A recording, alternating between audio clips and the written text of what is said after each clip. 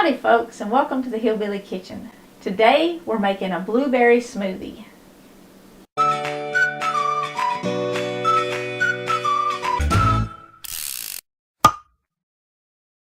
Now, smoothies are one of my absolute favorite summertime treats, and they're one of the few things that you can consume that tastes really good but isn't really horrible for you. And it's in the summertime, there just is nothing better than a cool treat, and especially a cool treat that tastes really good. Smoothies can also be adapted for all kinds of different dietary restrictions. You can substitute things for food allergies. Certainly you can do non-dairy. If you need to gain weight, there's stuff you can put in them to help you gain weight. If you need to lose weight, there's stuff you can put in them to help you lose weight. I mean, they're really good for everybody.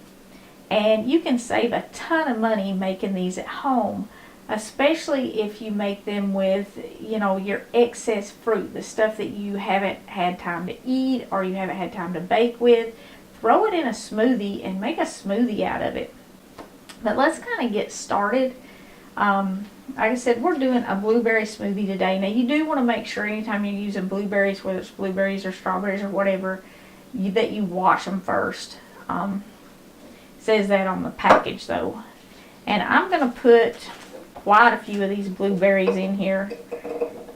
That's probably close to a cup of blueberries there, maybe not quite. This was a pint, so yeah, that's probably close to a cup of blueberries, and that's what I'm going to start with. Now, ripe bananas work great in smoothies to thicken them with, and I always use bananas to thicken my smoothies. I never use well, sometimes I put yogurt in them. Yogurt will also thicken them. But I don't ever put ice in my smoothies because ice will dilute the flavor. So what I do instead is I freeze my bananas. And when they get about this ripe, that's about as ripe as you want them to get, just peel them and put them in the freezer. And you don't have to do anything to them other than peel them. You can even freeze them in the peel, but it's very hard to get the peel off if you freeze them in the peel. I've actually done that when I've been in a hurry, just stuck them in the freezer. You can do it and it works, but it's a little difficult to get the peel off. So peel them and put them in a bag and freeze them. And you can use these in other recipes too, banana bread and all kind of stuff like that. But in smoothies, it adds flavor, it adds sweetness, and it will thicken it and keep it cold. When my kids were little, I used to buy the big bags of bananas and freeze them and make them just banana smoothies, and they call them banana milkshakes. And I would literally just use bananas, a little milk, and a little vanilla and a little sugar, and that's a banana milkshake for kids, and they absolutely love them. I'm just gonna put about a banana in there. That's plenty, about all my cup will hold. And you can make your smoothies in these little single smoothie makers, and they make name brand ones. And I actually bought a name brand one right after I got this one because I was afraid this one wouldn't last too long, and I found the name brand one on sale. But I've been using this one, and it was just a $10 Black Friday thing for like 5 years now, and it still works just fine. And because I'm making it just for me, I do use the individual cups because I tend to completely fill up whatever cup I'm using. And I would literally make a whole blender cup full for myself if I was using a blender. So this kind of helps with portion control. If you're doing them for kids though, use a blender cup and put 3 or 4 bananas in there, and the milk and the vanilla and stuff, and just blend it up, and it makes a great milkshake for kids or smoothie. You can add yogurt to your smoothies. Flavored yogurt is fine. This will have some sugar in it, so you probably won't want to add any extra sugar if you use yogurt, fruit on the bottom yogurt. And you can use skim milk yogurt or whole milk yogurt. We talked about some people need to gain weight. Whole milk yogurt will help with that because it does have more fat and more calories. Whole milk will help. You can put cream in here for your liquid, heavy cream, and that will make it super creamy, and it will also add calories if you need to gain weight. Of course, adding a little sugar, adding a little honey. Usually when I'm making them for me, if I want a little more sweetness, I'll add a little honey to it. But because I froze ripe bananas, and these blueberries are really, really sweet, I'm not going to add any sugar. But just maybe 1 or 2 teaspoons of honey would really be good in this. If you're trying to lose weight, you can do chia seeds. You can add flaxseed, all kinds of stuff to boost the nutrients. You can even get powdered kale and different powdered cherry, which has a ton of vitamins in it. All different kind of powdered fruits and vegetables that you can add in it if you want to boost the nutritional content, because maybe you have something that you're deficient in. And smoothies are a great way to do that. I myself need extra calcium. So instead of using milk as my liquid, and you will have to have a little liquid in here, I add some powdered milk to mine. This is just about 1/4 cup of non-fat powdered milk. I don't need the extra fat. There was a time though when I had a weight problem and I couldn't gain weight, and I did use smoothies to help gain some weight. For my liquid, I'm going to do orange juice. You can use orange juice, apple juice, just grape juice, whatever kind of juice you have, or you can use milk. And I'm going to add my juice until I get up above my berries.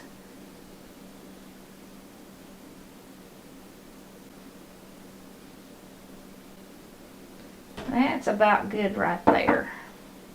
I might have to add a little more liquid. That's probably only about 1/2 cup. It just kind of depends on how thick it is when it's blended up.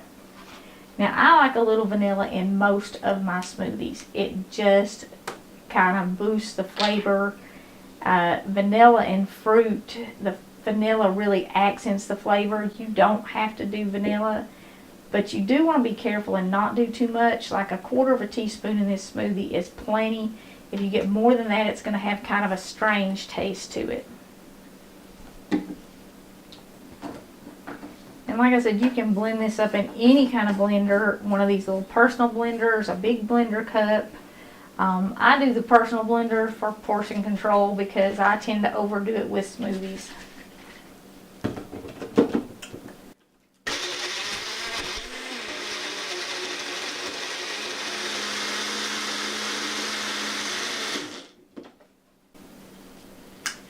How long it takes to blend it is really going to depend on what kind of blender you're using. Like I said, this is one of the cheapy ones, and because I've got some powdered milk in the bottom here, I'm having to shake it up a little bit and then blend it again.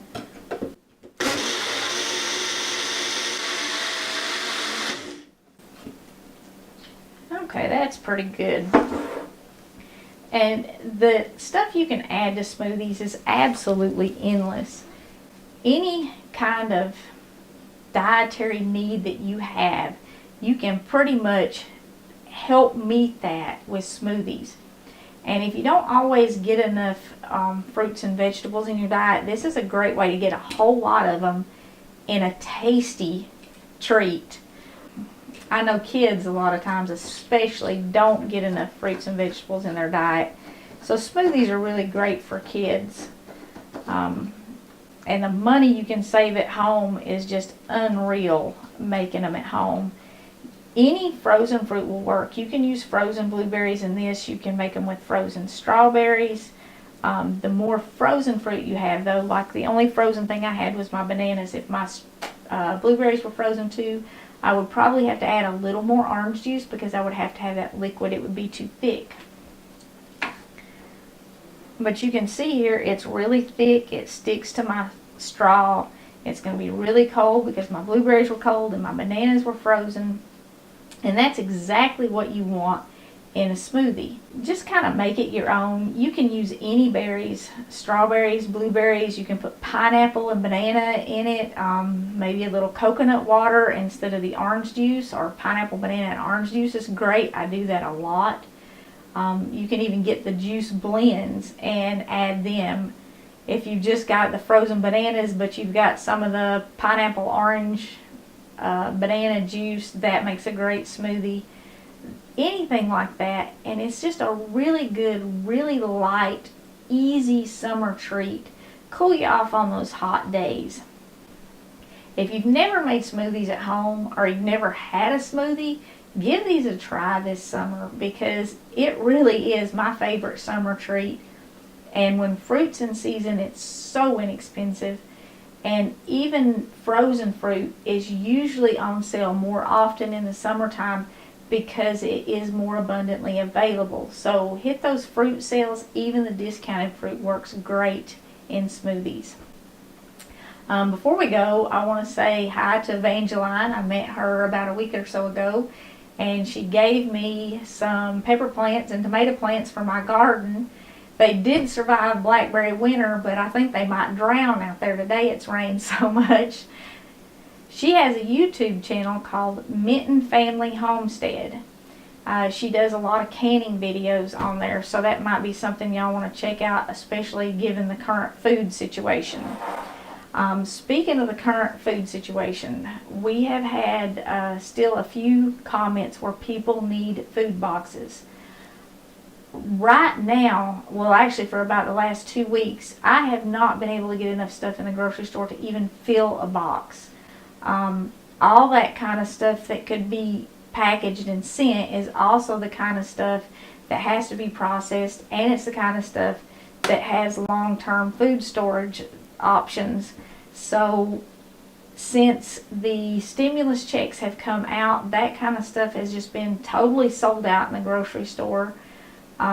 If they are even restocking it, a lot of the stuff that we were sending out is not even being restocked. I sent out several boxes, but like I said, at this point, the local grocery stores do not even have enough stuff that I can fill boxes.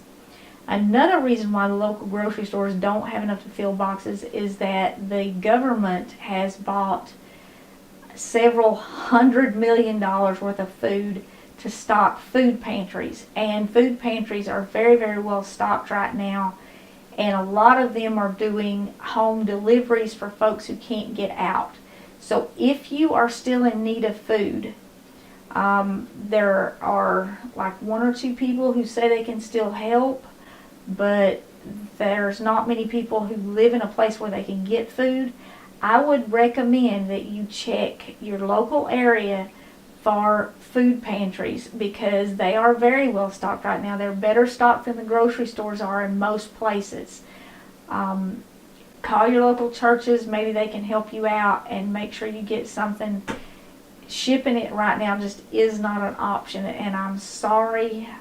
We will continue to pass along names until those last few people who have offered to help say they can't help anymore, but most of the people who are helping are in the same boat I am in, and they've said they just can't help anymore. So that's where we're at with that. We are still giving away our cookbooks, and we still have several of them to give away. I have heard from 1 or 2 of the winners, and your cookbook will be on the way this week. Haven't heard from all of you yet, so if you've been registered to win this, check the strawberry dumpling video and the banana bread video. They both have winners in them. And we have another winner today, Darlene Bailey. If you will get in touch with me and give me your address, I will mail you a cookbook, and I will leave a link to your YouTube page in the description of this video so that you know you are the actual winner. So you can check there. If you don't have a cookbook and you want to get a cookbook, you can purchase one on Amazon. Just go to Amazon and type in the Hillbilly Kitchen Verses and Vittles. If you would like to register to win one of these, I think we still have 3 or 4 to give away where we haven't selected winners yet. Comment in the comment section on any of our videos, because I'm searching the whole channel, Hillbilly Kitchen Verses and Vittles, because that's the name of the book, and I'll search the comments and select another winner when I do the next video. You can leave up to 10 comments that say Hillbilly Kitchen Verses and Vittles, and you can leave it, of course, any other comment that you want. You know, that doesn't have to be your whole comment. but just so I can pick it up and know that you want to enter to win the cookbook. That way I can find those comments. And we have had literally thousands of folks commenting to win the cookbooks. I appreciate you all so very much. I wish I could send everybody one, but they unfortunately don't print these for me for free, so I can't afford to do that. But I appreciate all of you. I appreciate your support. It really means a lot to me that so many people have commented and want the cookbook. And a lot of you have really, a whole lot of you have bought the cookbook. It's actually doing far better now than it did when we first published it back in December. And I thought, a few people would buy it when we first published it and then it would slack off. But a lot of you have been buying it lately, and I truly appreciate that. Your support and your encouragement means more than I can possibly tell you with words. So thank you all for buying the cookbook.